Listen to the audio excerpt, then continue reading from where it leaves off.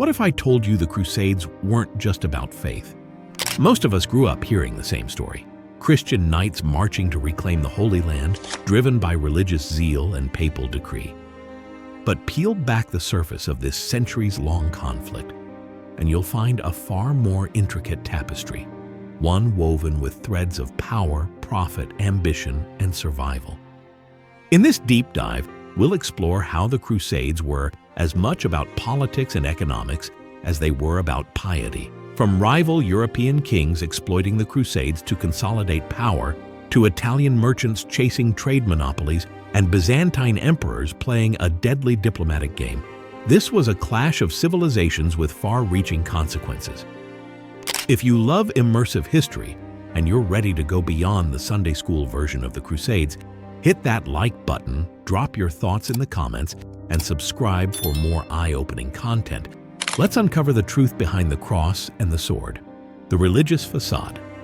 The popular version of the Crusades usually begins in 1095 with Pope Urban II's passionate speech at the Council of Clermont. His rallying cry to liberate Jerusalem from Muslim control sparked the First Crusade, and thousands answered. By the late 11th century, the Catholic Church was in crisis.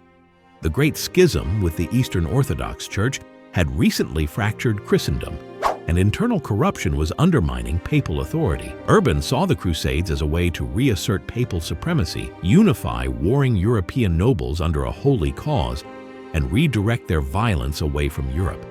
He promised remission of sins, an irresistible spiritual incentive, but also sought to strengthen the Church's political hand. And let's not forget the masses. Pilgrimage was already a sacred act, and the Holy Land held immense emotional significance. But many poor crusaders also saw it as a chance to escape crushing feudal obligations. So yes, religion mattered, but it wasn't the whole story.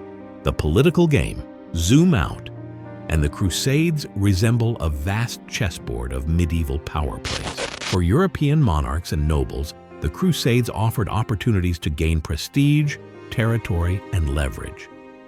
Take the First Crusade's leaders, Bohemond of Taranto, Raymond of Toulouse, Godfrey of Bouillon.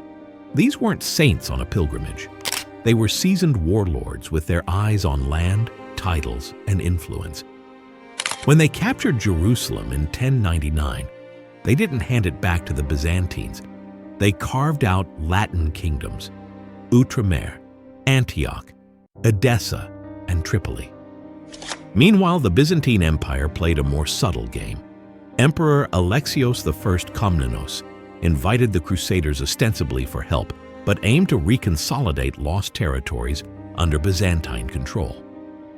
When he realized the Crusaders had their own agendas, tensions erupted, laying the foundation for the mutual distrust that would eventually culminate in the sack of Constantinople during the Fourth Crusade.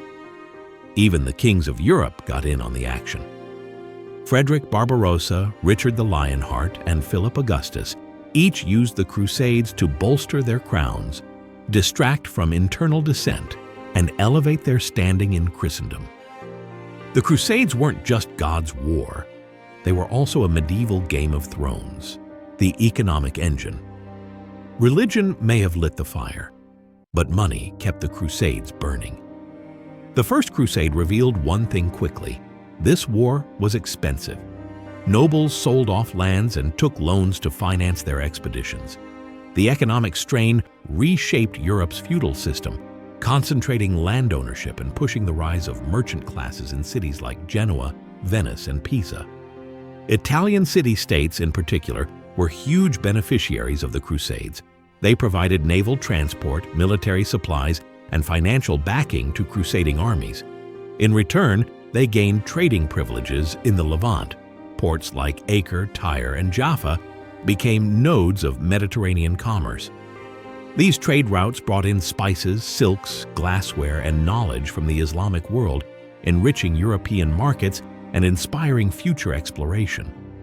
In many ways, the Crusades laid the groundwork for the later Renaissance and the Age of Exploration. The Fourth Crusade offers the clearest example of commerce overtaking crusading ideals. In 1202, when Venice bankrolled a crusader fleet, the Crusaders couldn't pay. So they agreed to sack Christian cities, first Zara, then Constantinople. The Pope excommunicated them, but the Venetians got what they wanted: control over vital trade routes in the east. Cultural encounters and clash of civilizations. While warfare defined the Crusades, they were also profound cultural encounters. When European crusaders arrived in the Levant, they found sophisticated Islamic civilizations. Cities like Damascus and Cairo boasted advanced medicine, architecture, philosophy, and urban planning. Exposure to this knowledge filtered back into Europe, challenging and enriching medieval thought. Meanwhile, Muslim leaders like Saladin weren't simply villains. Saladin, a Kurd, became a symbol of chivalry, honor, and leadership.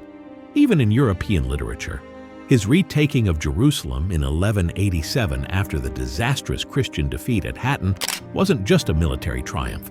It was a masterclass in diplomacy and restraint. Crusader states adopted local customs and intermingled with Muslim and Eastern Christian communities. Frankish nobility wore Eastern clothes, built castles in the Islamic style, and in some cases married local women. The cultural hybridization was real, even if it existed under the shadow of conflict. However, the Crusades also deepened divisions. They hardened religious identities, cast Muslims and Christians as eternal enemies, and helped cement the idea of the other in Western thought. Internal Crusades. The fight within Christendom. The Albigensian Crusade, 1209 to 1229, was launched not in the Levant, but in southern France against the Cathars, a Christian sect deemed heretical by the Catholic Church. Entire towns were wiped out. When asked how to distinguish heretics from faithful, a papal legate reportedly said, "Kill them all.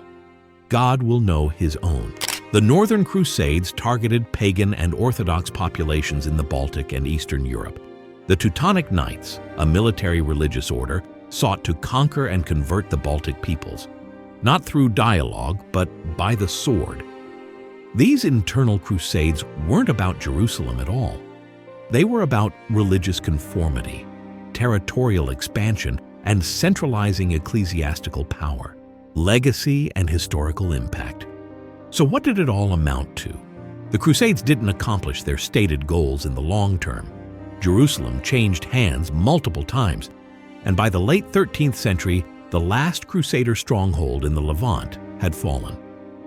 Islam remained dominant in the Middle East, but the Crusades reshaped the medieval world. In Europe, they accelerated the decline of feudalism. Nobles who perished without heirs left their lands to the crown, increasing royal power. Merchant classes rose, cities grew, and banking systems began to develop. Seeds of capitalism were sown. Militarily, the Crusades pushed technological innovation, better fortifications, siege engines, naval coordination. Culturally, they exposed Europe to the wider world. Mathematics, astronomy, and ancient Greek texts preserved in the Islamic world were rediscovered, laying foundations for the Renaissance. The Crusades entrenched a narrative of religious warfare that echoes to this day. They fostered deep-seated hostilities between Christians and Muslims, between East and West. Even centuries later, colonialists, nationalists, and extremists have invoked the Crusades to justify violence. So yes, the Crusades were religious wars, but they were also realpolitik in armor. The Crusades weren't just a clash of faiths.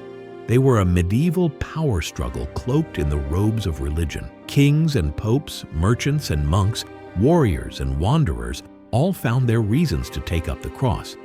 And while they fought for God, many also fought for gold, glory, and geopolitics.